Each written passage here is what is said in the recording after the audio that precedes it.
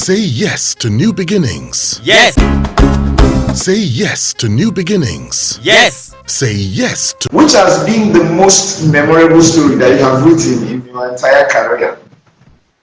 Well, I must give it to the one I wrote about the late First Lady, Maryam Babangida. And today, I think that actually, in a way, marked me as someone perhaps, and this was way back in 1991 or thereabout. I wrote something critical of better life for rural women, and that earned me an interview with the former First Lady in Abuja. That should be 1991 or 92. And I was educated. And then when I returned, I wrote another story about her again. And that actually, in a way, I think that really stood me out. This was more than 30 years ago in the trial. And that story to now. And then there was also a satire. What was the story about? The story on the former First Lady, what was it about? No, the story was about Better Life for Rural program. Okay. Yeah. And some of the things I said were actually not complimentary.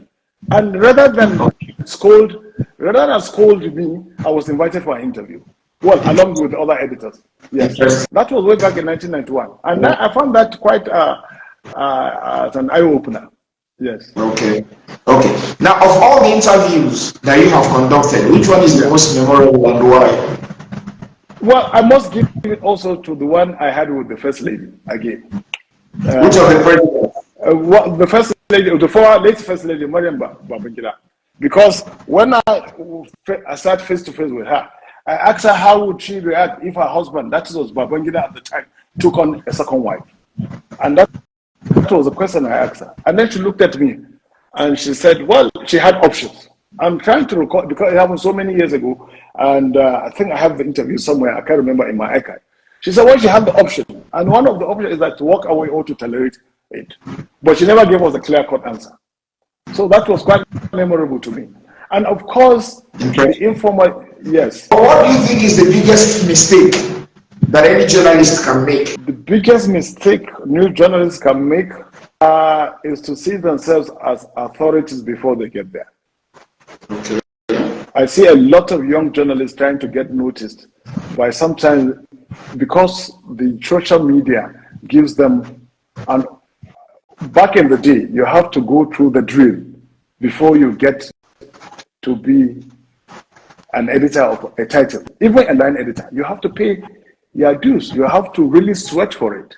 You have to go through that beyond the classroom training. You have to go through a period of mentorship. It was really tough back then. And then the process, but now you see we have more editors than we have reporters. Everybody is an editor. So the biggest mistake, the biggest mistake, and yes, we have more editors than we have reporters. Yeah. So yes, this is the biggest mistake. They are in a haste. You have to go through, yes. For you, what would you say is the biggest challenge, facing the journalism profession? Well, it's a cocktail, actually. It's a cocktail of challenges. First, there is the knowledge gap. Most journalists, even back in the day, journalists, we are the worst consumers of our own product. My own experience, except those in the officer corps, the officer corps, when you get to become a line editor and upwards, title editor, and then chairman editorial board, that by the nature of that office, you have to have the appetite for reading of what's the hungriest thing you can think of? The hungriest animal. You have to be abreast. You have to be abreast of development. News surveillance has to be top notch. You have to be all the time hands-on. Now, the biggest challenge is that of ignorance, lack of knowledge. And then secondly, also the challenge posed by social media. Social media, unfortunately, because of its cacophonous, is noisy, and is an all-commerce affair, is the biggest threat to journalism. I'll give you an example. I have this argument back and forth with my wife, who is an excellent accountant, I must say of her. But then when it comes to consuming media products, she consumes everything. Every now and again we argue. But she said, look, I read this in so place. I saw this in Twitter. I saw this in blah, blah, blah. I said, but that doesn't make it the truth. It's not factual. You understand? We argue back. She said, no, you like to defend this. Look, this is what I read in someone. I said, look, social media is just it. Social media. Don't take it to heart. And then because also social media gives platform for people to inundate consumers with all kinds of information, fake or real. In social media, their facts and fiction are generally mixed and presented as the gospel truth. So that is another challenge to mainstream media. All right. First, yes, yeah. All right. What has been the greatest thing that journalism has done for you? Well, getting to meet people like you. Without journalism, probably, journalism has opened my eyes to nationwide and beyond even the shores of Nigeria. Without journalism, probably I wouldn't have gotten to meet them. If I had taken a different career trajectory, perhaps the only time perhaps Azu and Ali will interface would be that maybe I'll probably have been a soldier actually, and then that would be present. Yes. Okay. So what would you have wanted journalism to do for you that it has not done? Well. What would I have? Well, that's a tough one.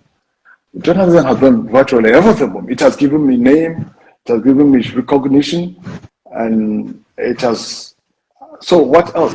What else do you want? According to Abraham Maslow, in the hierarchy of needs, beyond food, shelter, the next thing is self-actualization. In journalism, I have actualized myself. It has given me everything. It has given me respect. It has given me honor. And it has given me contacts. Contacts ordinarily I will have leverage, on for other issues, just like it has done for the great Azu Arinze. No, come on, let's. So that is what journalism has done. What journalism has done? I think everything, every recognition you can think of. Yes, journalism has done everything. And I wish to end my life, this journey as a journalist.